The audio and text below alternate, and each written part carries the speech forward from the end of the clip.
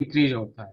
ठीक है, वहीं पे कंडक्टिविटी की बस बात करते हैं तो वो डिक्रीज होता है, जो कप्पा से मैंने आप लोगों को बताया था। तो आज बेसिकली मैं इसको ग्राफ से समझाऊंगा।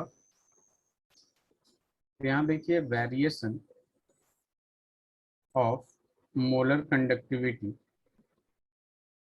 With concentration for a strong electrolyte।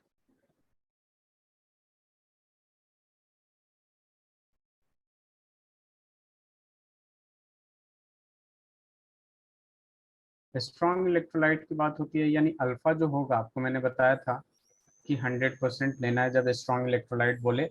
Unless और अनटिल वो खुद क्वेश्चन में ऐसा दे रखा है कहीं भी कि इतना परसेंट डिसोसिएट हो रहा है, जितना परसेंट डिसोसिएट हो रहा है बेसिकली वो उतना उसका वैल्यू हो जाएगा डिसोसिएशन का। ठीक है, अब देखिए यहाँ पे जब हम ग्राफ प्लॉट करते हैं, ये स्ट्रॉन्ग इलेक्ट्रोलाइट की बात हो रही है, तो molar conductivity versus under root c के बीच का ग्राफ प्लॉट करते हैं, तो हम इसमें क्या देखते हैं कि जो वेरिएशन है, बेसिकली मैंने बताया था आपसे कि स्ट्रॉन्ग इलेक्ट्रोलाइट के लिए जो वेरिएशन आता है वो बहुत ही छोटा होता है। तो यहाँ पे अगर केसीएल का वेरिएशन देखें हम लोग एक्सपेरिमेंटली, तो ये बहुत ही कम आता है। ये तो ज्यादा बन गया थोड़ा, मतलब ऑलमोस्ट स्ट्रेट लाइन रहता है, जरा सा नीचे की तरफ रहता है। हाँ, इस टाइप से बनता है। ठीक है, तो ये सीधा लाइन तो नहीं हो सकता, इस टाइप से बनता है आपका केसीएल का ग्राफ। ठीक है, तो इसमें जो वेरिएशन आप लोग देख रहे हैं बहुत ही कम वेरिएशन है। यहाँ पे अगर देखेंगे हम तो यहाँ पे इसका वैल्यू आएगा और यहाँ पे इसका वैल्यू आएगा, और जब इसको पीछे एक्सटेंड करेंगे ना तो ये एक्स एक्सिस वाई एक्सिस को बेसिकली कट करेगा। ठीक है, और जहाँ कट करेगा ना वही होगा अपना लैम्डा एम इंफिनिटी। क्या होगा? लैम्डा एम इंफिनिटी, यानी लिमिटिंग मोलर कंडक्टिविटी होगा ये वाला पॉइंट। ठीक है, अब देखिए यहाँ पे क्या आता है कि जैसे यहाँ पे देखेंगे कि ये क्या है आपका जीरो कॉन्सेंट्रेशन है। तो अगर हम left to right move, sorry right to left move करेंगे, राइट टू लेफ्ट अगर हम मूव करेंगे ग्राफ में, ठीक है, इधर से इधर मूव करेंगे तो आपका कॉन्सेंट्रेशन जो होगा वो डिक्रीज होगा या इंक्रीज होगा? बताइए, कॉन्सेंट्रेशन जो होगा वो डिक्रीज होगा या इंक्रीज होगा लेफ्ट टू राइट मूव करेंगे तो? इंक्रीज। इंक्रीज होगा। लेफ्ट टू राइट मूव करेंगे डिक्रीज इंक्रीज होगा होगा। सर। लेकिन राइट टू लेफ्ट जा रहे हैं, जिस डायरेक्शन में मैंने एरो दिखा रखा है सक्षम, उसमें आपका कॉन्सेंट्रेशन इंक्रीज होगा या डिक्रीज होगा? डिक्रीज होगा, जाहिर सी बात है। रूट सी है यहाँ पे, और रूट के अंदर ये जो ग्राफ है रूट सी, सी जो है आपका कॉन्सेंट्रेशन है, और ये लैम्डा एम पता हमें क्या होता है, मोलर कंडक्टिविटी होता है। तो जैसे जैसे हम इधर लेफ्ट के साइड मूव करेंगे तो वैल्यू छोटा होते जाएगा, और अंडर रूट जितने छोटे में आएगा वैल्यू उतना छोटा आएगा। बेसिकली लेफ्ट मूव करने से जो कॉन्सेंट्रेशन है आपका वो क्या हो रहा है, डिक्रीज हो रहा है। यानी इसके रेफरेंस से हम ये जरूर लिख सकते हैं कि जो डाइल्यूशन है वो इंक्रीज कर रहा होगा, तभी आपका कॉन्सेंट्रेशन क्या हो रहा है, डिक्रीज कर रहा है। लिख सकते हैं कि नहीं? और अगर आपने डाइल्यूशन इंक्रीज किया, यानी लैम्डा एम जो है वो भी क्या हो जाएगा आपका, इंक्रीज हो जाएगा। क्या हो जाएगा? लैम्डा एम इंक्रीज हो जाएगा। ठीक है, तो बस इस ग्राफ में यही दिखाता हूं मैं कि यहाँ पे जो वेरिएशन है वो बहुत ही स्मॉल है। मैंने लास्ट लेक्चर में भी बोला था आप लोगों से कि वीक इलेक्ट्रोलाइट के लिए जो वेरिएशन आता है वो बहुत ज्यादा आता है as compare to strong electrolyte. उसके भी रीजंस थे, क्योंकि वीक इलेक्ट्रोलाइट में डाइल्यूशन की वजह से वॉल्यूम इंक्रीज करता है, जिसकी वजह से force of attraction between ions decrease होता है, जिसकी वजह से नए आयंस प्रोड्यूस होते हैं, नंबर ऑफ आयंस इंक्रीज होता है। ठीक है, उसके वजह से कंडक्टेंस इंक्रीज होता है। ठीक है, तो ये सारे पॉइंट्स सिमिलर हैं।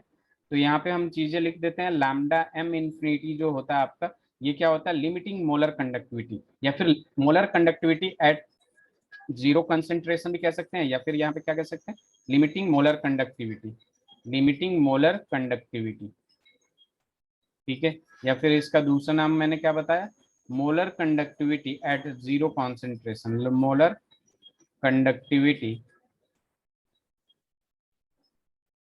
Eight zero concentration.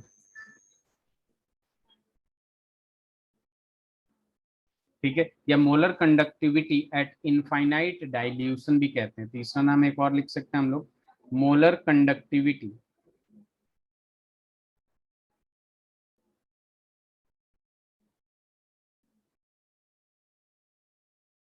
Eight infinite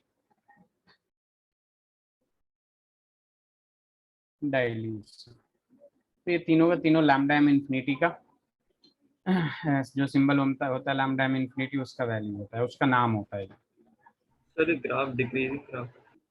हाँ डिक्रीजिंग है ये एक्चुअल में, जो वेरियस ऐसे है ग्राफ। इसको थोड़ा सा और ऊपर मैं बना दिया हूँ, ये जो रेड कलर का लिखा हूँ वो इस टाइप से बना दीजिएगा आप लोग। इससे ना एकदम स्ट्रेट लाइन आता नहीं है, ऐसे होता है। ठीक है, ओके हाँ। अब अच्छा, इससे स्ट्रेट लाइन बनाना है तो मैं ऐसे कर सकता हूँ। Wait a minute.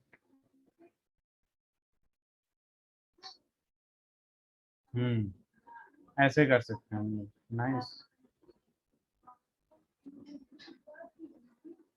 ठीक है, समझ में आया ये वाला ग्राफ। यस। कभी कभी ऐसे एक बार सवाल पूछा हुआ था कि इस ये जो मैंने लिखा है, ये ग्राफ जो बनाया बेसिकली मैंने केसीएल के लिए बनाया है। ठीक है, इसी ग्राफ में एक और दे रखा था ऐसे, लेट मी शो यू, ऐसे गिवन था। ठीक है, तो यहाँ पे क्या होता है ना कि ये HCl का है, तो इसमें देखिए बेसिकली पूछा था इसमें ऐसा क्यों है कि HCl का ऊपर है और KCl का नीचे है। तो इसमें दो चीजें देखेंगे हम, H प्लस Cl माइनस, और इधर क्या है K प्लस Cl माइनस। ठीक है, और इसके कॉरेस्पॉन्डिंग यहाँ पे लिमिटिंग मोलर कंडक्टिविटी इसका कुछ और होगा। तो यहाँ पे एक चीज देखिए आप, ये जो अनायन है बेसिकली, ठीक है, ये दोनों में सिमिलर है, लेकिन केटायन की जब बात करते हैं हम लोग तो H प्लस जो है वो लाइटर देन K प्लस है, जिसकी वजह से ये रेडिली मूव कर सकता है, इजीली मूव कर सकता है, इस वजह से इसका ज्यादा होता है। क्लियर है?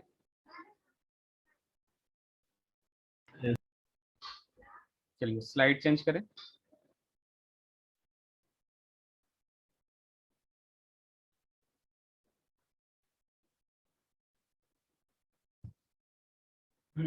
यस। चलिए आगे बढ़ते हैं हम लोग।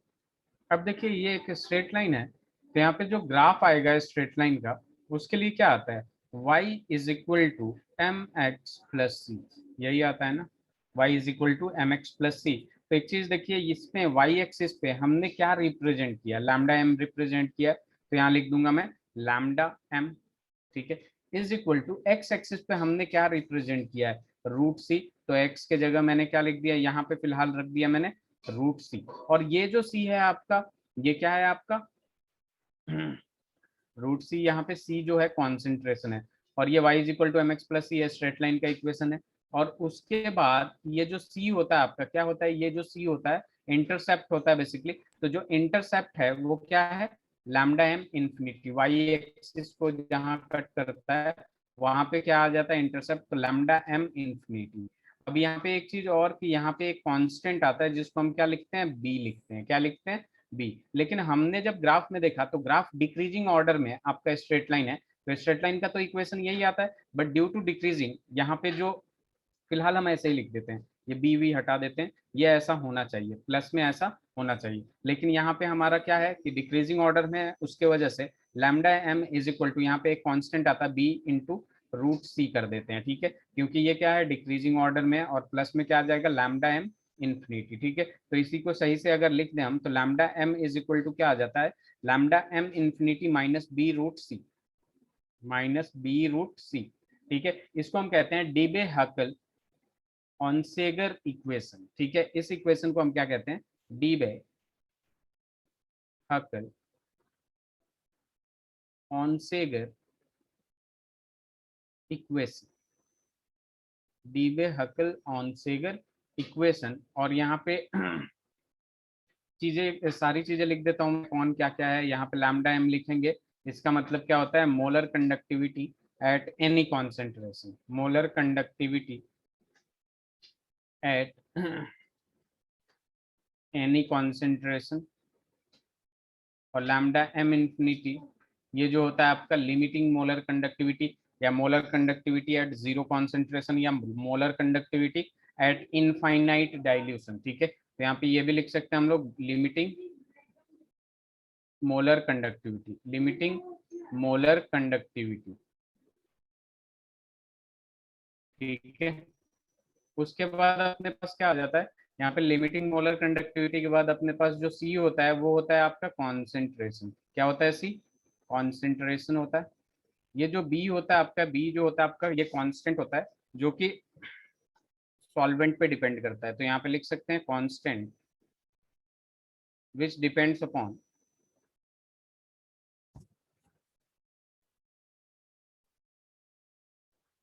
सॉल्वेंट पे डिपेंड करता है।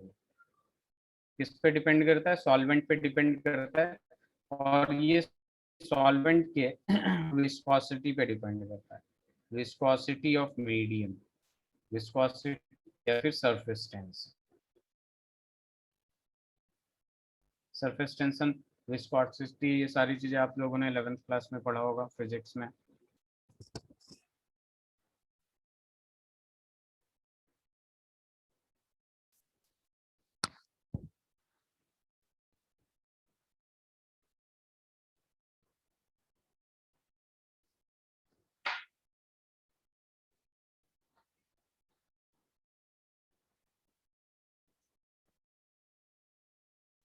और ये जो इक्वेशन होता है बेसिकली, ये आपके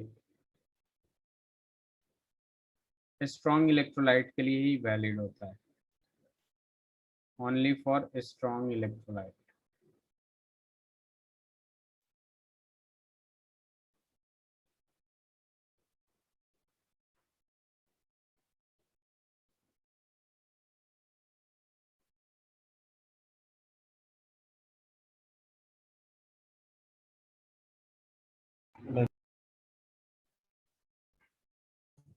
डन। हो गया। चलिए, अब हमने क्या पढ़ा अभी? वी स्ट्रॉन्ग इलेक्ट्रोलाइट के लिए। अब हम वीक इलेक्ट्रोलाइट के लिए देखेंगे। तो अपने पास क्या आता है कि variation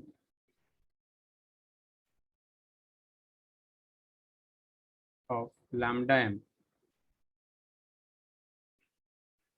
with concentration for weak electrolyte, for weak electrolyte, जिसमें आपका अल्फा इज इक्वल टू कितना होना चाहिए? 5% होना चाहिए। क्या होना चाहिए? Alpha is equal to 5%। अब यहाँ पे जो ग्राफ देखिएगा आप, इसमें जो वेरिएशन आता है वो ज्यादा आता है। इसमें जो वेरिएशन आता है आपका लैम्डा एम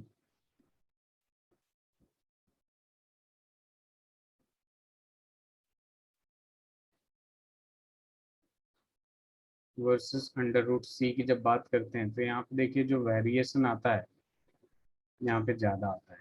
कैसे ज़्यादा आता है? तो यहाँ पे अगर हम ग्राफ प्लॉट करें तो ये इस टाइप से आता है ग्राफ, ठीक है।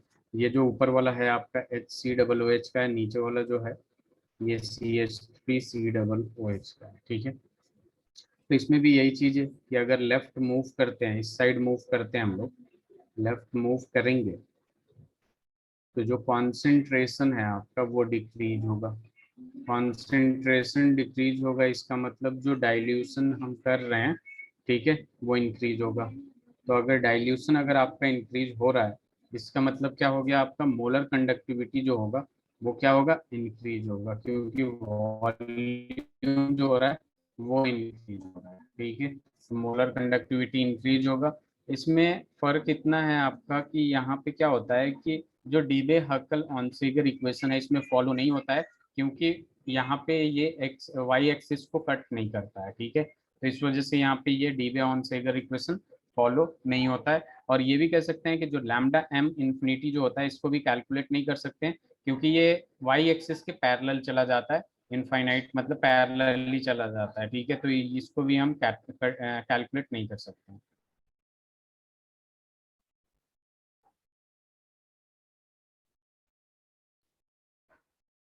तो इस बात को ध्यान में रखिएगा।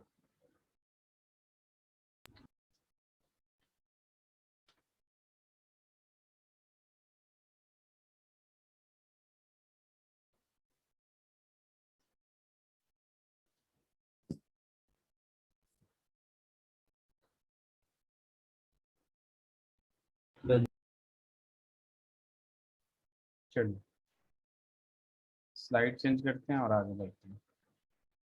अपने पास यहाँ पे अपना खत्म होता है जो ये सारी मोलर कंडक्टिविटी इक्विवेलेंट कंडक्टिविटी की बात होती है, तो इसमें बेसिक चीज़ें खत्म हो जाती है। सारी चीज़ हमने ये भी सीख लिया, मोलर कंडक्टिविटी क्या होता है, इक्विवेलेंट कंडक्टिविटी क्या होता है, इसका इफेक्ट क्या होता है डाइल्यूशन पे, और effect of dilution for a strong electrolyte as well as weak electrolyte, दोनों ही सीख लिया हम लोगों ने। ठीक है, अब अपने पास आता है कोरलॉट्स law.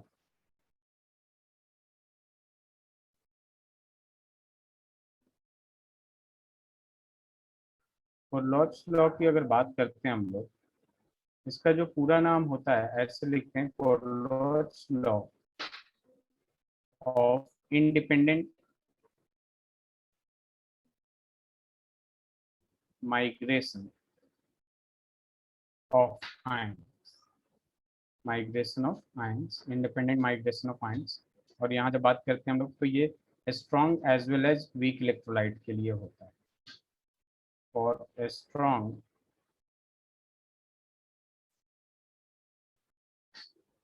As well as weak electrolyte. ठीक है, स्ट्रॉन्ग और वीक इलेक्ट्रोलाइट दोनों के लिए ही होता है। इसमें दोनों चीजें ही पढ़ना है हमें कि इक्विवेलेंट कंडक्टिविटी, ठीक है, और मोलर कंडक्टिविटी के बारे में। एक चीज मैं बता दूं आपको कि इक्विवेलेंट की जब बात करते हैं ना, तो हमें वहाँ बैलेंसिंग की जरूरत नहीं पड़ती। ठीक है, जब हम डी ब्लॉक वगैरह करेंगे उसमें कुछ क्वेश्चंस आएंगे। ठीक है, तो इक्विवेलेंट में क्या होता है, आपका लॉ ऑफ इक्विवेलेंट पढ़ेंगे हम लोग, तो वहाँ पे आपको इक्वेशन को बैलेंस करने की जरूरत नहीं होती। जबकि मोल कॉन्सेप्ट पढ़ते हैं, इक्विवेलेंट कॉन्सेप्ट में हमें बैलेंसिंग की जरूरत नहीं होती, और मोल कॉन्सेप्ट में हमें बैलेंसिंग की जरूरत होती है। अब इक्विवेलेंट से इक्विवेलेंट को हम, इक्विवेलेंट कॉन्सेप्ट से इक्विवेलेंट को हम लोग रिलेट कर सकते हैं, और मोल कॉन्सेप्ट को मोल से रिलेट कर सकते हैं। ठीक है, तो बेसिकली मोलर से रिलेट कर सकते हैं। तो यहाँ पे देखिए, अगर अपने को दे रखा है, ध्यान से देखिएगा, बहुत आसान है। लैम्डा एम इंफिनिटी इलेक्ट्रोलाइट है, कोई इलेक्ट्रोलाइट है, तो हमें पता है कि ये आयंस में टूटेगा। आयंस में कैसे टूटेगा, एक केटायन होगा, दूसरा अनायन होगा। तो हमने ऐसा मान लिया कि लैम्डा इंफिनिटी एम, एक हो जाएगा आपका केटायन वाला, और दूसरा क्या हो जाएगा, लैम्डा एम इंफिनिटी एक हो जाएगा अनायन वाला। ठीक है, तो दोनों चीजें हैं, cation plus anion. As for example अपने को अगर लेना है लैम्डा एम इंफिनिटी NaCl, तो यहाँ क्या आ जाएगा, lambda M infinity Na plus plus lambda M infinity Cl minus. अगर यहीं पे हमने क्या किया, लैम्डा एम इंफिनिटी, एम का मतलब क्या है बताइए जरा, एम का मतलब क्या है। यहाँ पे जो मैं एम लिख रहा हूँ इसका मतलब क्या हो गया, मोलर कंडक्ट क्या, और मोलर कंडक्टिविटी। मोलर, मोलर हो गया। ठीक है, लैम्डा एम मतलब मोलर कंडक्टिविटी, और एम का मतलब क्या हो जाएगा आपका, मोलर। मोलर हो जाएगा। यानी मोल की बात होगी तो मोल कॉन्सेप्ट की बात होती है बेसिकली। तो मैंने क्या बोला था कि मोल में हमें चीजों को बैलेंस करने की जरूरत पड़ती है। तो यहाँ पे अगर हम बैलेंस करें, तो यहाँ पे अपने पास क्या आएगा, lambda M infinity, M G तो एक ही है, तो एम जी हमें पता है कि एम जी एक हो गया, और इस पे +2 का चार्ज जाता है। वहीं पे सीएल की बात करेंगे तो lambda M infinity Cl minus में जाता है, लेकिन यहाँ क्लोरीन कितना है, 2 क्लोरीन है, तो 2 से मल्टीप्लाई करेंगे। क्लियर है। यस। अब देखिए यहाँ पे क्या है, जैसे मान लीजिए आपको दे दें मोलर कंडक्टिविटी ऑफ NaCl निकालना है, तो इन दोनों का वैल्यू गिवन होगा, तो हमें बस वैल्यू पुट करना है और कैलकुलेट करना है। इन दोनों का वैल्यू पुट निकालना दिया होगा, और ये निकालना हमें, तो ये दिया होगा, और यहाँ पे 2 into lambda M infinity Cl minus दिया है, तो 2 से मल्टीप्लाई करेंगे आपके इस वैल्यू से, और उसके बाद अपना निकालेंगे MgCl2 का मोलर कंडक्टिविटी। ठीक है, यस सर। अब जैसे मान लीजिए आपको मैंने दे दिया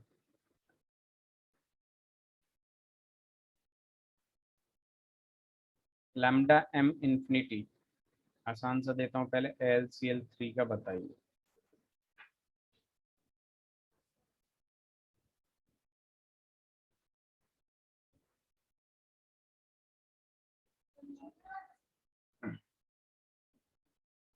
lambda m infinity al plus 3cl plus 3Cl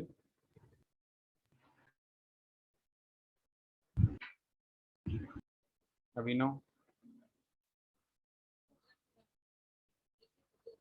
Yes, sir. क्या होगा?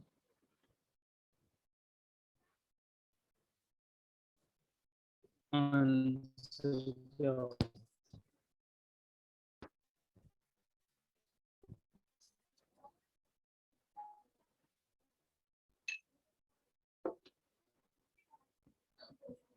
हो जाएगा आप लोगों से या नहीं?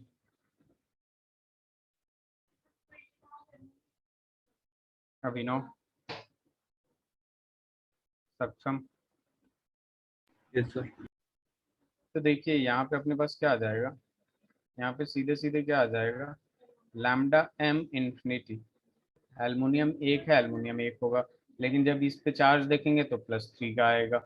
और यहाँ पे लैम्डा एम इंफिनिटी, ये Cl- है तो Cl-, क्लोरीन तो माइनस में ही जाता है, -1 यस में। अब 3 क्लोरीन है तो 3 से मल्टीप्लाई कर देंगे बस। समझ में यस आया? चलिए स्लाइड चेंज करूँ। यस अब देखिए अपने पास क्या आ जाएगा, जैसे जस्ट सपोज यहाँ पे दे दिया लैम्डा एम इंफिनिटी H2C2O3। यहाँ पे आपसे पूछ दिया लैम्डा एम इंफिनिटी Al2SO4 का होल थ्राइस।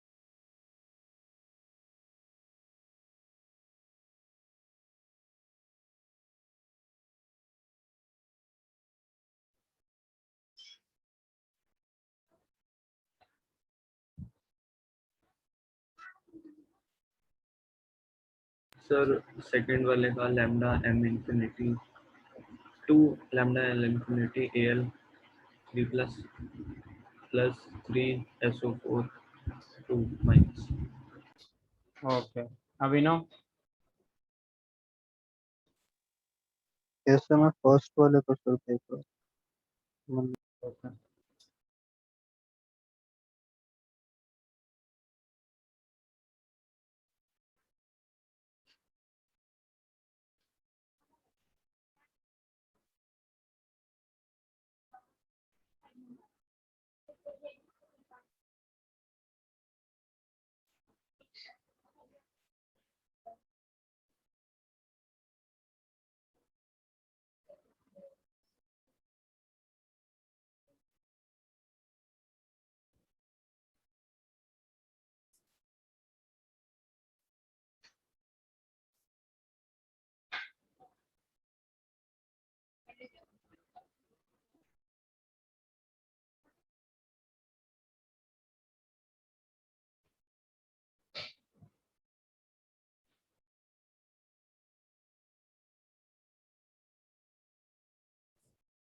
देखिए जरा। सर फर्स्ट वाला C2H O3 और H प्लस में वो होगा क्या, डिसोसिएट? C2H3 नहीं, ये एक्चुअल में कार्बोनिक एसिड है, तो ये क्या हो जाएगा, H2 है, C2O3, H2C2O3 है ना। मैंने नाम गलत तो नहीं दिया? नहीं ठीक है, हाँ गलत दे दिया हूँ मैंने नाम, H2CO3 है, H2CO3 गलत नाम दे दिया था, या तो C2O4 होता। इसका मैं करा रहा हूँ, देखिए यहाँ पे 2 × λm infinity Al+3 +3 × λm infinity SO4-2।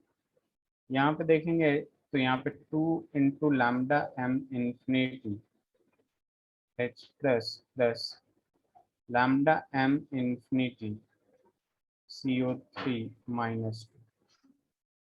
Yes ठीक है। यस चलिए अब देखिए यहाँ पे कुछ क्वेश्चन, एक क्वेश्चन है, मैं क्वेश्चन देता हूँ सीधे सीधे। यहाँ पे lambda M infinity N S C L का जो वैल्यू है वो दे रखा है अपने पास 125 सीमेन सेंटीमीटर स्क्वायर पर मोल। ठीक है, दूसरे का दे रखा है, ठीक है, दूसरे का दे रखा है lambda M infinity C H three C double O N A, ये दे रखा है 90 सीमेन सेंटीमीटर स्क्वायर पर मोल। ठीक है, और तीसरा दे रखा है lambda M infinity H C L का जो वैल्यू दे रखा है वो दे रखा है 420 सीमेन सेंटीमीटर स्क्वायर पर मोल। तो हमें जो निकालना है lambda M infinity C H three C double O H का निकालना है। इसके बारे में सोचिए, अगर नहीं हो पाए तो बताइए, मैं बताता हूँ।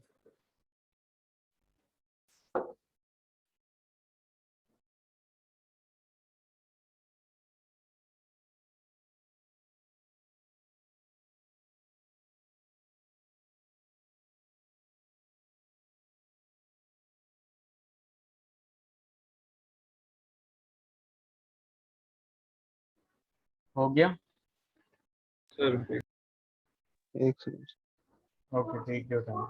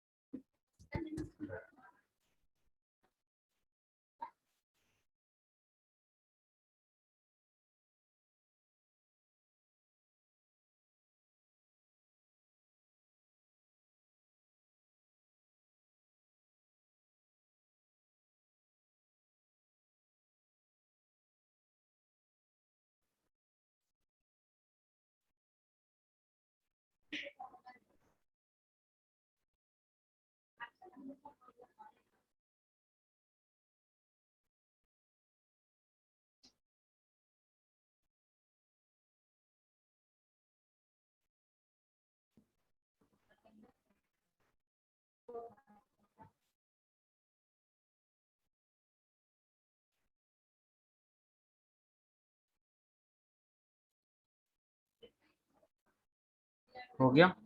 सक्षम? सर सर इक्वेशन बन गई है, बस सॉल्व करने होगा। ओके,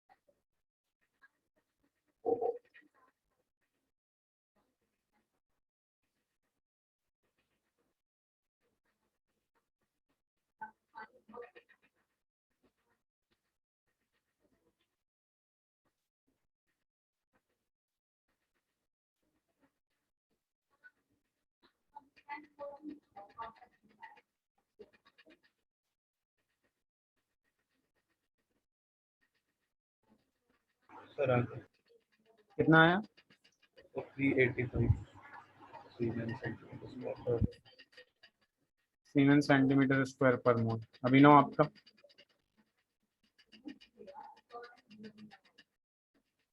एक सेकंड।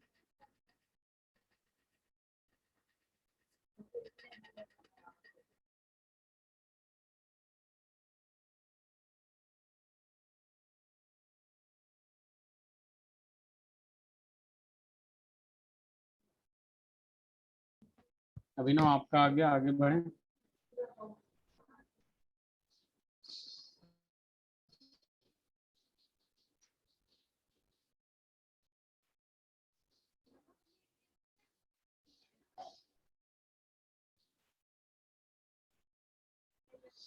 अभिनव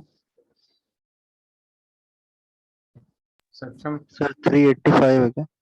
ओके, हाँ, very good. 385 siemens centimetre square per मोल।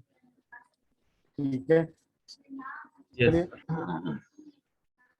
दूसरे कैलकुलेशन की तरफ बढ़ते हैं। ठीक है, इस पे दूसरा क्वेश्चन, ये बहुत इम्पोर्टेंट टॉपिक है। इसमें लैम्डा एम इनफिनिटी बी ए होल ट्वाइस 500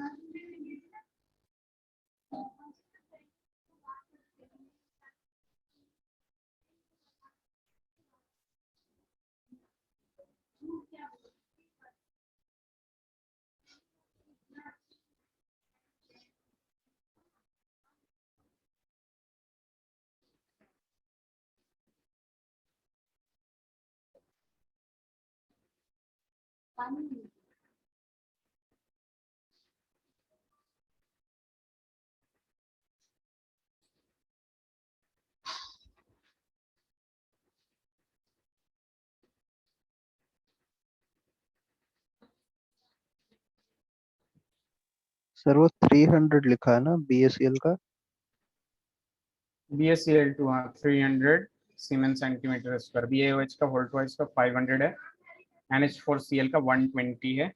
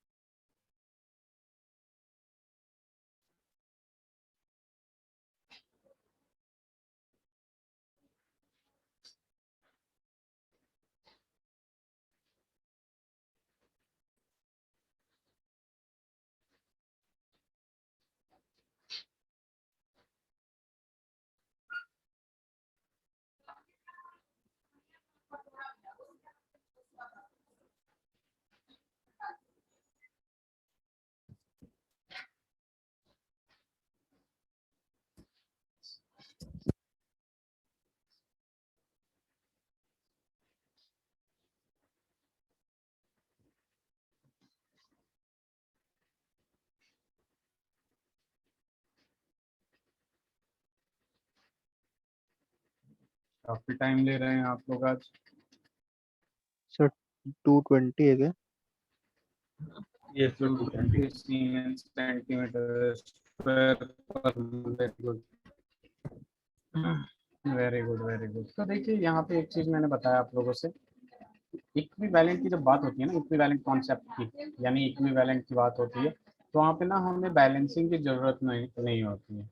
ठीक है, बैलेंसिंग की जरूरत नहीं होती है। जबकि हम अगर मोल कॉन्सेप्ट की बात करें ना, मोल कॉन्सेप्ट जैसे मोलर वगैरह की भी बात करें हम, मोलर का मतलब 1 मोल की बात हो रही है, ठीक है, तो यहाँ पे जो बैलेंसिंग होती है ये जरूरी होती है। यहाँ क्या होती है, बैलेंसिंग जरूरी होती है। ठीक है, कहने का मतलब ये है, इनकेस अगर आपके पास इक्विवेलेंट कंडक्टिविटी गिवन होता, equivalent conductivity at infinite dilution, ठीक है, ऑफ NaCl, तो आपको बस यही लिखना था कि lambda e infinity Na plus, lambda e infinity Na plus plus lambda e infinity Cl minus. ठीक है, यहाँ तो ऐसा ही है।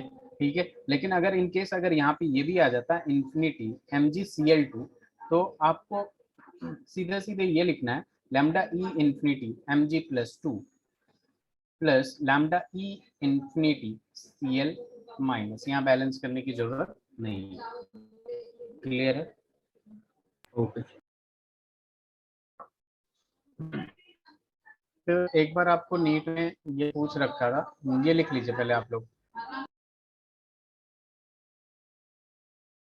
डन।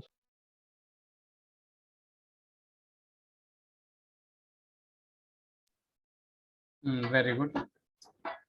तो एज फॉर एग्जांपल अगर मैं आपसे पूछूं कि lambda e infinity equivalent conductivity of Al2SO4 का होल साइज निकालिए, ये आपके नीट में एक बार सवाल पूछ रखा था, सेम सवाल।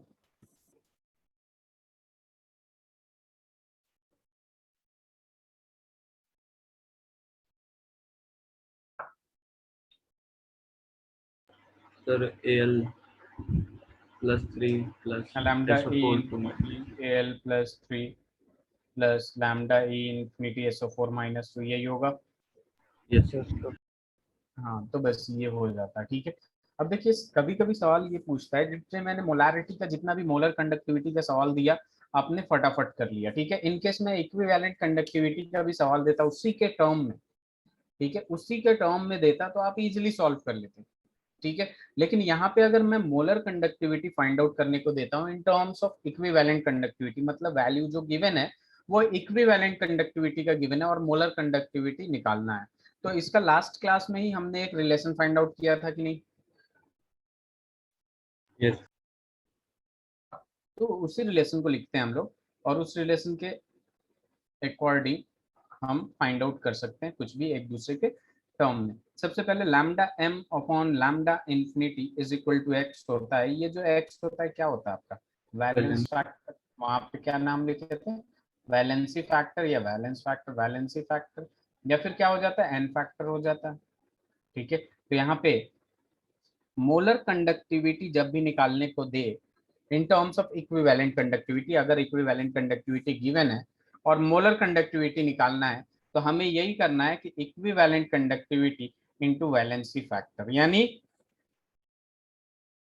उस पे जितना चार्ज है, उस पे जितना चार्ज है, या फिर आपको इक्विवेलेंट कंडक्टिविटी निकालना है और मोलर कंडक्टिविटी गिवन है, तो जितना चार्ज है मोलर कंडक्टिविटी वाले कंपाउंड पे, इलेक्ट्रोलाइट पे, उतने से डिवाइड कर देंगे तो इक्विवेलेंट कंडक्टिविटी निकल जाएगा। निकल जाएगा कि नहीं? यही तो फॉर्मूला लिखवाया था लास्ट क्लास में। Yes sir. हो जाएगा। Yes. चलिए, तो सवाल ये है, इसी के बेस पे एक सवाल करते हैं हम लोग। ठीक है, स्लाइड चेंज कर रहा हूं मैं।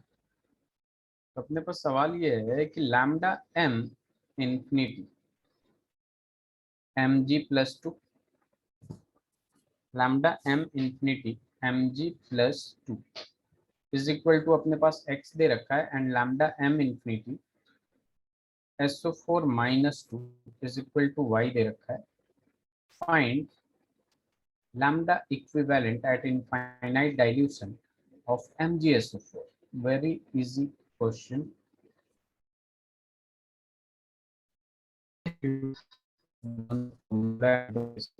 लैम्डा ई लैम्डा।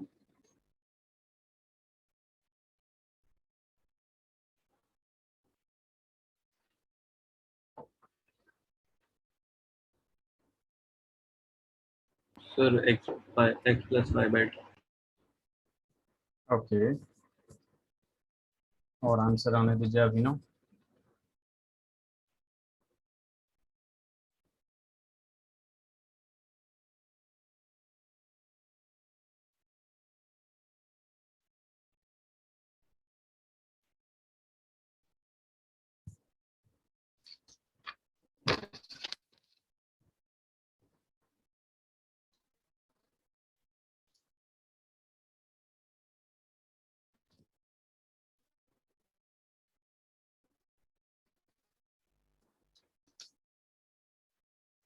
अभिनव आपका आंसर आया।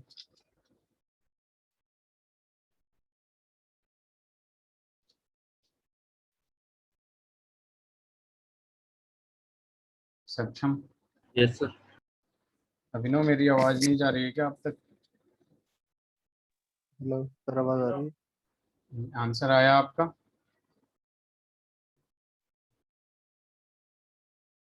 Am I audible? Yes. तो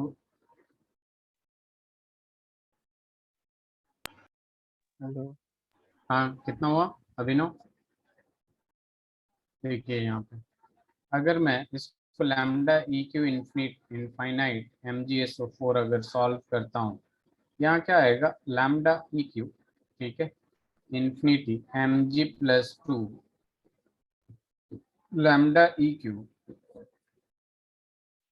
infinity S O four minus, ठीक है, यही आएगा। अब यहाँ पे हम क्या कर देंगे सीधे सीधे कि ये वैल्यू तो गिवन नहीं है, ये वैल्यू गिवन है, तो इसके जगह हम फॉर्मूला देखेंगे लैम्डा इज इक्वल टू क्या? Lambda M upon X. तो हम यहाँ पे जरूर लिख सकते हैं कि lambda M infinity of M G plus two upon X plus lambda M infinity of S O four minus two upon X, मतलब यही वैलेंसी फैक्टर है एक दूसरे का। तो इसका जो वैल्यू गिवन है वो कितना है? एक्स है, और इस पे जो चार्ज है वो टू है, प्लस में इसका वैल्यू कितना है? वाई है, और इस पे जो चार्ज है टू है, तो ये कितना हो जाएगा? X plus Y by two, होगा कि नहीं? Yes. क्लियर है? सर x minus y तो नहीं? X minus Y, X plus Y by two है ना सक्षम? सर उस पर -2 चार्ज है। इस पे नहीं नहीं नहीं, charge balancing factor N factor हम साइन के साथ नहीं रखते, जैसे हमने उसमें भी देखा था ओके। सॉल्यूशन जब हम लोग पढ़े थे, तो सॉल्ट में एक्स का वैल्यू निकाल रहे थे, तो पॉजिटिव और नेगेटिव चार्ज दोनों लेना था, कोई भी एक ले लीजिए। तो हम मॉड ऑफ चार्ज लेते हैं, पॉजिटिव रहेगा तो पॉजिटिव ही, नेगेटिव रहेगा तो भी क्या हो जाएगा? पॉजिटिव हो जाएगा, ठीक है। ओके। अभिनव आपको समझ में आया? यस। ओके, तो चलिए अब दूसरा सवाल करते हैं इधर से। ओह, ये किधर गया? Wait a minute. चलिए, अपने पास जो दूसरा सवाल है अपने पास, ये इसी पे बेस्ड है, बहुत आसान है। अभिनव पहले आप दीजिएगा। सी ए प्लस टू का वैल्यू ए दे रखा है, lambda M infinity P O four minus three का वैल्यू बी दे रखा है, ठीक है। हमें lambda equivalent at infinite C A two P O four C A three P O four का होल ट्वाइस वैल्यू निकालना है।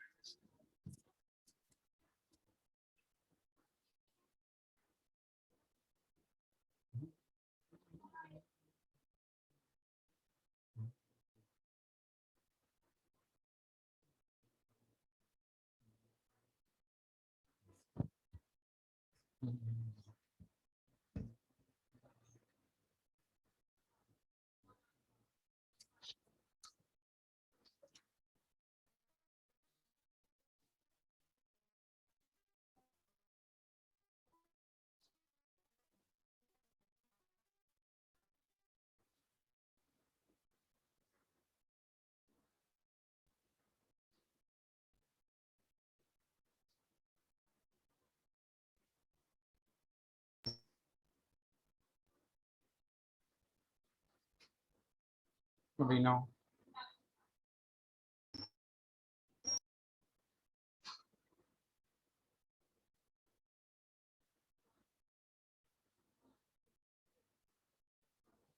That's 6a by b. क्या है आपका आंसर? 6।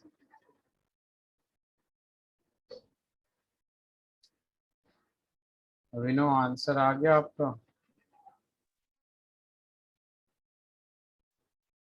सक्षम, Yes, sir. कितना है आंसर? Sir, 2a plus नहीं 3a plus 2b by 6. अभिनव आपका? Or 6a by b are 6a by b। देखिए यहाँ पे अपने पास आंसर क्या आएगा अभिनव? बहुत आसान है, थोड़ा सा बच्चों को कंफ्यूजन हो जाता है, ठीक है, कि ये कैसे हो रहा है। तो देखिए जो पूछ रहा है ना उसके बारे में सबसे पहले लिखिए, ठीक है। ये इक्विवेलेंट है तो इक्विवेलेंट में हमें बैलेंसिंग की जरूरत नहीं होती है अभिनव। तो lambda equivalent infinity of CA3PO4 का whole twice is equal to, अपने पास क्या हो जाएगा, लैम्डा ई इंफिनिटी, और यहाँ आ जाएगा CA+2 प्लस यहाँ पे आ जाएगा लैम्डा ई इंफिनिटी, और यहाँ आ जाएगा PO4, हो जाएगा PO4 -3। अब यहाँ पे खुद ही देखिए कि क्या ये गिवन है? नहीं गिवन है। किसके जगह क्या गिवन है? CA+2 का मोलर कंडक्टिविटी गिवन है। तो यहाँ पे जो वैल्यू आएगा, इन दोनों में रिलेशन क्या होता है कि जब इक्विवेलेंट कंडक्टिविटी निकालना है और मोलर कंडक्टिविटी दे रखा है, तो मोलर कंडक्टिविटी अपॉन में एक्स फैक्टर क्या आ जाएगा? एन फैक्टर, वैलेंसी फैक्टर आ जाएगा, ठीक है। सिमिलरली यहाँ पे भी molar conductivity at infinite dilution upon of PO4 -3 upon इसका एक्स फैक्टर, ठीक है, वैलेंसी फैक्टर, ठीक है। तो यहाँ पे जो वैलेंसी फैक्टर आएगा कितना आ जाएगा? 2 आ जाएगा, और यहाँ कितना आ जाएगा? 3 आ जाएगा। और यहाँ पे बात करें इसका जो वैल्यू गिवन है ए दे रखा है, तो A/2 प्लस इसका वैल्यू बी दे रखा है तो B/3, तो यहाँ हो जाएगा 6, तो 2 3 जा तो 3A हो जाएगा, और 3 2 जा तो 2B हो जाएगा। तो answer is 3A plus 2 on में 6 आ जाएगा। आ जाएगा कि नहीं अभिनव? yes sir. क्लियर है आप दोनों लोगों को? Yes, sir. अब देखिए अपने पास क्या आता है इसी पे आज क्वेश्चंस प्रैक्टिस करना है, क्योंकि नेक्स्ट टॉपिक जो शुरू होगा अपना 3A+2B6, अपना जो नेक्स्ट टॉपिक शुरू होगा तो वो काफ़ी लेंथी टॉपिक है, ठीक है। तो उसको सही से करेंगे, पहले ये छोटे छोटे टॉपिक को निपटा लेते हैं, इम्पोर्टेंट भी है कि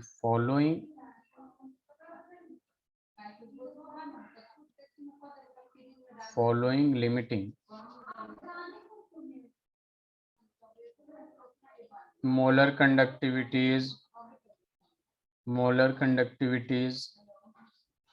are given as lambda m infinity H2SO4, lambda m infinity H2SO4 is equal to x Siemens centimeter square per mole। Lambda M infinity zero से भी कभी कभी रिप्रेजेंट कर देता है ये, तो उसमें कंफ्यूज नहीं हो जाइएगा। लैम्डा इंफिनिटी जीरो का मतलब ये हो जाता है molar conductivity as at zero dilution, ठीक है। H2SO4 के बाद हम क्या लिख देंगे? K2SO4 का है आपके पास यहाँ पे y siemens centimetre square per mole दे रखा है, ठीक है।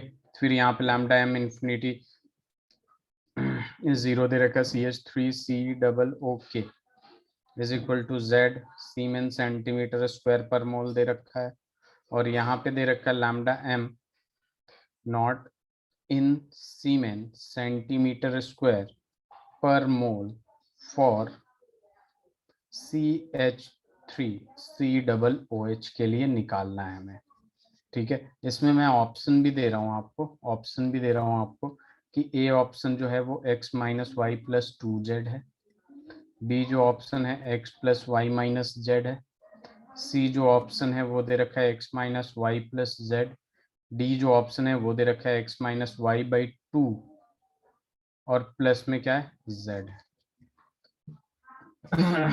बहुत ही आसान सवाल है, जिस हिसाब से मैंने क्वेश्चन अभी कराए हैं आपको एग्जाम्पल, उस हिसाब से आपके हो जाने चाहिए इजीली।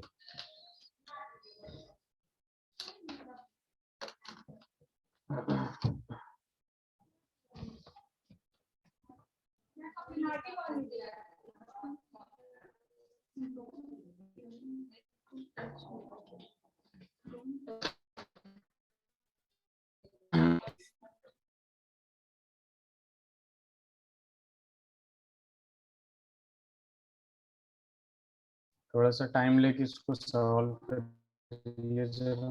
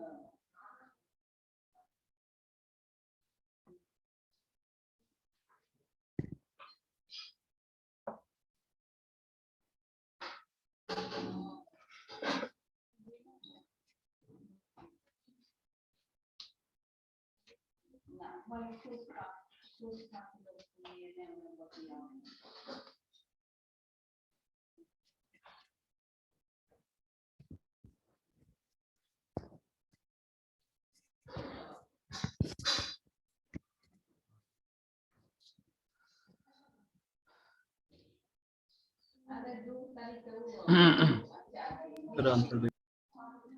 एक मिनट देख रहा हूँ।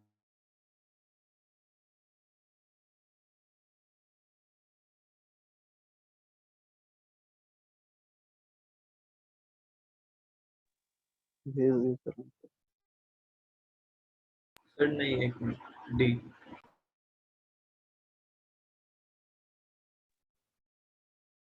आंसर क्या है आप लोगों का? D. x minus y by 2 plus z। x minus y by 2 plus z, very good।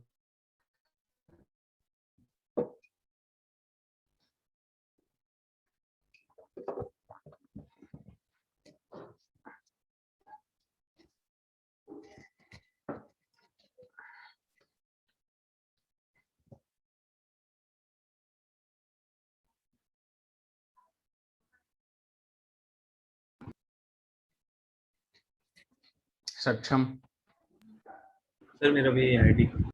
चलिए वेरी गुड वेरी गुड। चलिए आसान है, बहुत आसान है कि नहीं? यस। चलिए एक और सवाल करते हैं। Lambda infinity NH4 positive is equal to 200 Siemens centimeter square per mole। इस टॉपिक को, हर टॉपिक को आप लोग ऐसे कर लिया करिए जो भी आप लोगों को इजी लगे, कि कहीं से भी सवाल दे आप लोग कर लें, कहीं से भी। कुछ टॉपिक्स ऐसे होने चाहिए आपके इतने स्ट्रॉन्ग। मैं तो चाहूंगा कि सारे टॉपिक्स हों।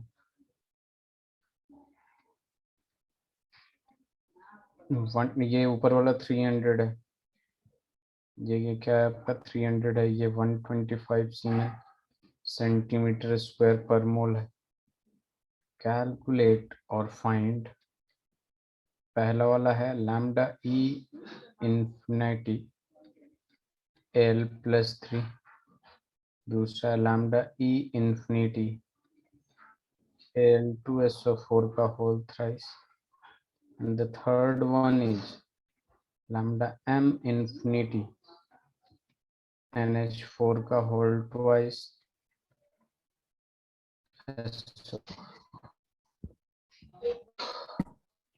सर जी, तो वो जो ऊपर गिवन है वो लैम्डा एम है, लैम्डा ई। आपको पहचानना है।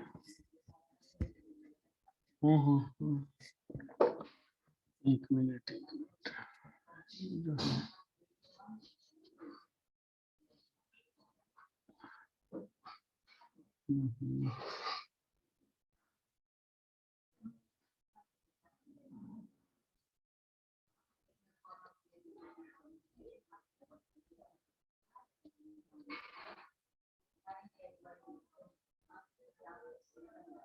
अगर पहचान नहीं पाए तो फिर भी बताइए, मैं बताऊंगा आपको। आपको खुद ही पहचानना है। Yes. पहचान गए? अभिनव आप?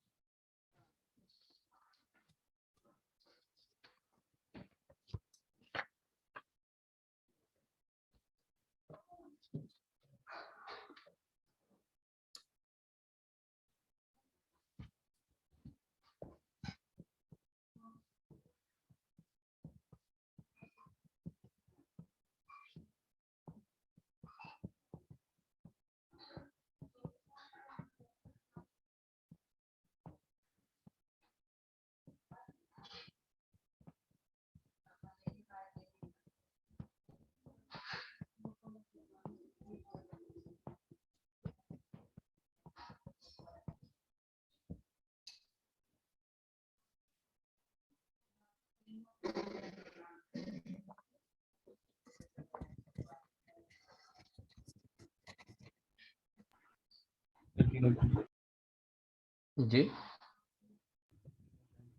सर सेकंड वाले का पॉइंट में आ रहा है। पॉइंट पॉइंट में नहीं आएगा, सबका मतलब अच्छा अच्छा आएगा, नंबर आएगा, पॉइंट में नहीं आएगा, फ्रैक्शन में नहीं आएगा। You can say it positive integer. Chat में देखो, पहले का 100, दूसरे का 225, okay, and the third one is 650। आपने अभिनव कहाँ मिस्टेक किया? तो फर्स्ट तो मेरा भी सही है, दूसरे का मेरा 120। चलिए दूसरे का देखते हैं अभिनव। दूसरे में देखते हैं अपने को क्या दे रखा है, Al2SO4 का होल थ्राइस EQ निकालना है ना, इन्फिनिटी Al2SO4 का होल थ्राइस। तो यहाँ क्या आ जाएगा, lambda E infinity Al plus 3 plus lambda E infinity SO4 minus 2। अब यहाँ देखेंगे क्या इसके किसका वैल्यू दे रखा है। यहाँ पे सबसे पहले इक्विवेलेंट है तो यानी ये E है, ये मोल है पर मोल तो यानी ये M है, और ये भी पर मोल है तो यानी ये भी मोलर कंडक्टिविटी है। हमें निकालना है E का वैल्यू निकालना है। तो यहाँ SO4 का डायरेक्ट गिवन है तो मैं इसके जगह लिख दूंगा 125 सीधे सीधे। और यहाँ पे इसका M गिवन है, क्या गिवन है? M गिवन है। तो हमें पता है कि यहाँ पे इक्विवेलेंट को इक्विवेलेंट निकालना है विद द हेल्प ऑफ, इसमें इक्विवेलेंट में चेंज करना है। तो ये क्या करेंगे, lambda M Al plus 3 divided by 3 हो जाएगा कि नहीं। अब यहाँ पे ये कितना गिवन है, 300 गिवन है ना, अपॉन 3 प्लस 125, तो ये कितना हो जाएगा 100 plus 125 which is equal to 225 siemens centimetre square per equivalent होगा कि नहीं। और सर मैंने 125 को 2 से डिवाइड कर दिया। ओह दैट्स व्हाई ये डायरेक्ट गिवन है ना इक्विवेलेंट। थर्ड वाला,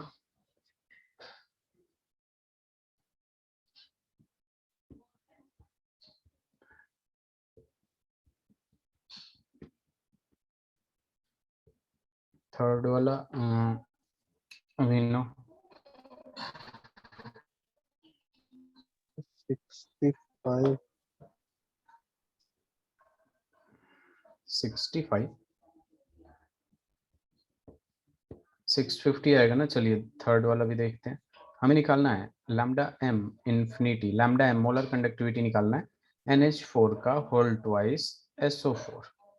अब इसका मोलारिटी निकालना है तो जाहिर सी बात है 2 यहाँ पे आएगा, lambda M infinity into NH4 positive, plus में यहाँ पे क्या आ जाएगा lambda M infinity SO4 minus 2। ठीक है, अब देखिए यहाँ पे वैल्यू चेक करेंगे, NH4 पॉजिटिव का मोलारिटी गिवन है, तो यहाँ पे क्या कर देंगे सीधे सीधे 2 इंटू 200 और प्लस में मोलारिटी SO4-2। SO4-2 में मोलारिटी ना गिवन होके क्या गिवन है, इक्विवेलेंट गिवन है, और 125 गिवन है। तो मोलारिटी को चेंज करने के लिए इक्विवेलेंट, ठीक है, इसके बराबर, ठीक है, और इसमें कितने से मल्टीप्लाई करेंगे हम लोग, x से, और x कितना है 2 है, तो ये हो जाएगा 400 प्लस इसका वैल्यू 125 इंटू 2, तो ये कितना हो जाएगा 250 हो जाएगा कि नहीं अभिनव? यस ये हो जाएगा सीमेन सेंटीमीटर स्क्वायर, वैल्यू m का निकाल रहे थे तो पर मोल आ जाएगा भाई, आ जाएगा कि नहीं? Yes sir. स्लाइड चेंज करते हैं, आगे चलते हैं। आगे चलते हैं तो एक सवाल करते हैं हम लोग, लास्ट लास्ट नहीं, second last. The molar conductivity for 0.5 mole per decimeter cube solution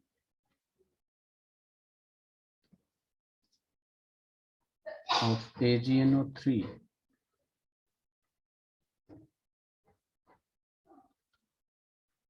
with electrolytic conductivity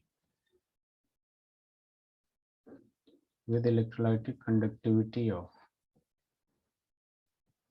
5.76 into 10 raised to the power minus 3 Siemens centimeter square per mole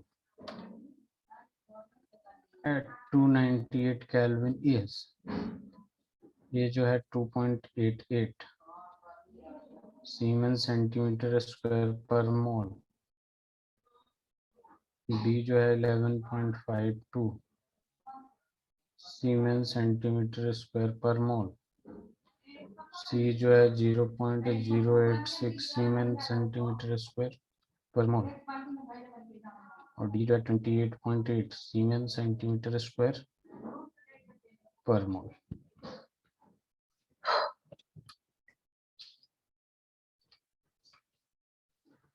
बहुत आसान सवाल है, ये भी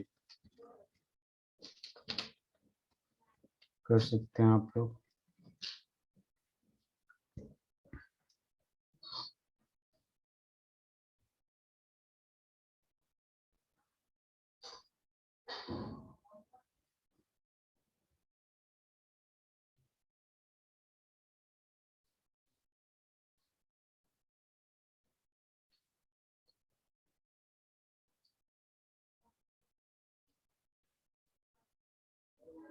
सर 11.5। वेरी गुड अभिनव।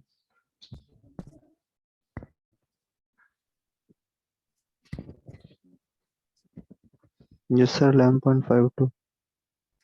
ठीक, तो देखिए इसके बाद वाला जो अपना टॉपिक है ना, वो है सेल से रिलेटेड, ठीक है, वोल्टेज। 11.52 हाँ 11.52 है, ऑप्शन नंबर बी। कैसे क्या कैसे आना? ये सीधे सीधे फॉर्मूला लगा देंगे हम लोग, ठीक है। यहाँ पे अपने पास क्या आ जाएगा कि आपका आंसर 11.52 नहीं आया, lambda m is equal to kappa into 1000 upon में मोलारिटी। मोलारिटी यहाँ पे गिवन है आपका, कितना दे रखा है, 0.5 मोल पर डेसीमीटर क्यूब दे रखा है, पर डेसीमीटर क्यूब दे रखा है। अब ये कप्पा है, कप्पा का value 5.76 into 10 raise to the power minus 3 given है ना। सीमेन सेंटीमीटर स्क्वायर पर मोल इसका वैल्यू होता है, सीमेन सेंटीमीटर स्क्वायर पर मोल, ठीक है। लेकिन यहाँ पे देखिए क्या है अपने पास, ये जो 5.76 दे रखा है, ये क्या है, the molar conductivity of a 0.5 mole solution of with electrolytic conductivity, यानी कप्पा जो है, यहाँ पे वैल्यू गलत लिख दिया हूँ क्या मैं, ये कंडक्टिविटी के चक्कर में मैंने वैल्यू गलत लिख दिया, सीमेन पर सेंटीमीटर है यहाँ पे, जो फॉर्मूला ऑप्शन है ना, सॉरी, यहाँ पे सीमेन पर सेंटीमीटर, क्योंकि ये इलेक्ट्रोलाइटिक है एट 298 केल्विन, तो सीधे सीधे हम क्या लिख देंगे, इतना है ये 1000। अब यहाँ पे क्या है, ये वाला जो वैल्यू है आपका सीमेन पर सेंटीमीटर है, और यहाँ पे मोलारिटी में क्या है 0.5 पर डेसीमीटर क्यूब, और डेसीमीटर क्यूब को जब सेंटीमीटर क्यूब में चेंज करेंगे तो ये ऊपर आके क्या लग जाएगा, पर सेंटीमीटर क्यूब हो जाएगा। यहाँ पे सीमेन पर सेंटीमीटर है, यहाँ पे देखिए ऊपर जाके ये क्या हो जाएगा, ऊपर जाके क्या लग जाएगा, सेंटीमीटर का स्क्वायर हो जाएगा, ये सीमेन है और ये तो मोल है ही, मोल सेंटीमीटर क्यूब, तो ये मोल में चेंज हो जाएगा। इसको सॉल्व करिएगा 11.52 आएगा, तो 11.52 सीमेन सेंटीमीटर स्क्वायर पर मोल आ जाएगा।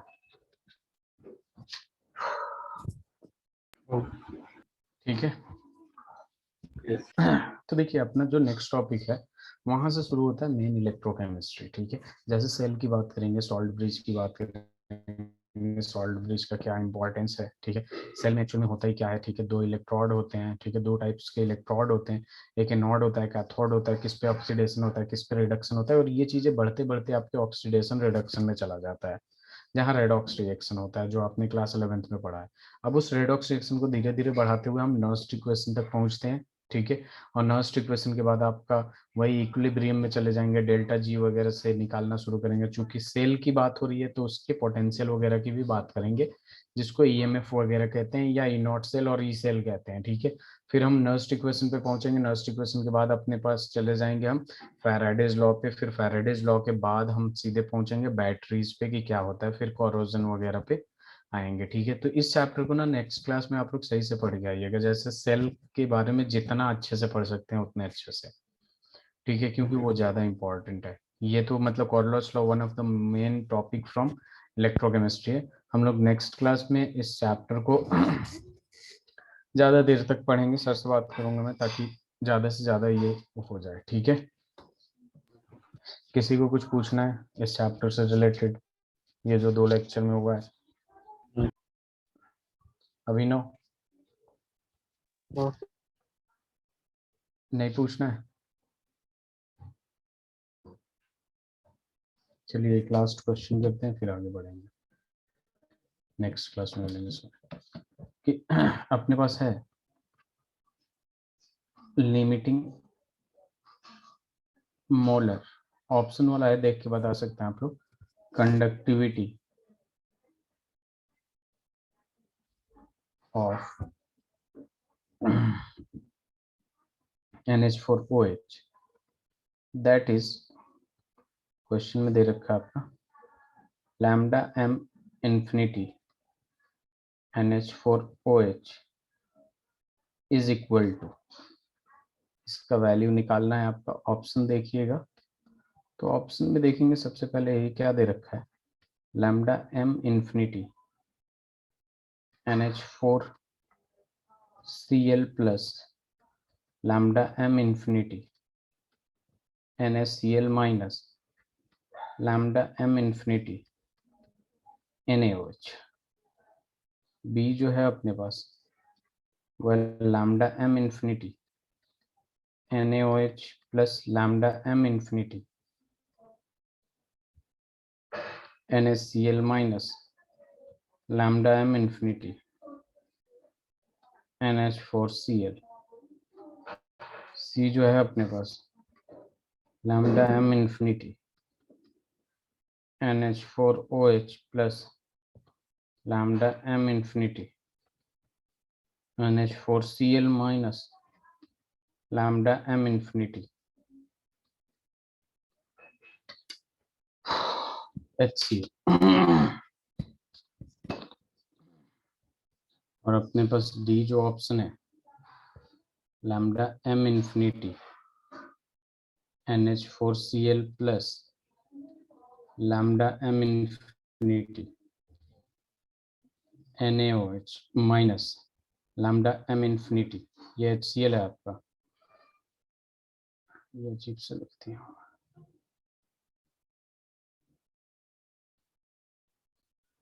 Lambda m infinity NaCl।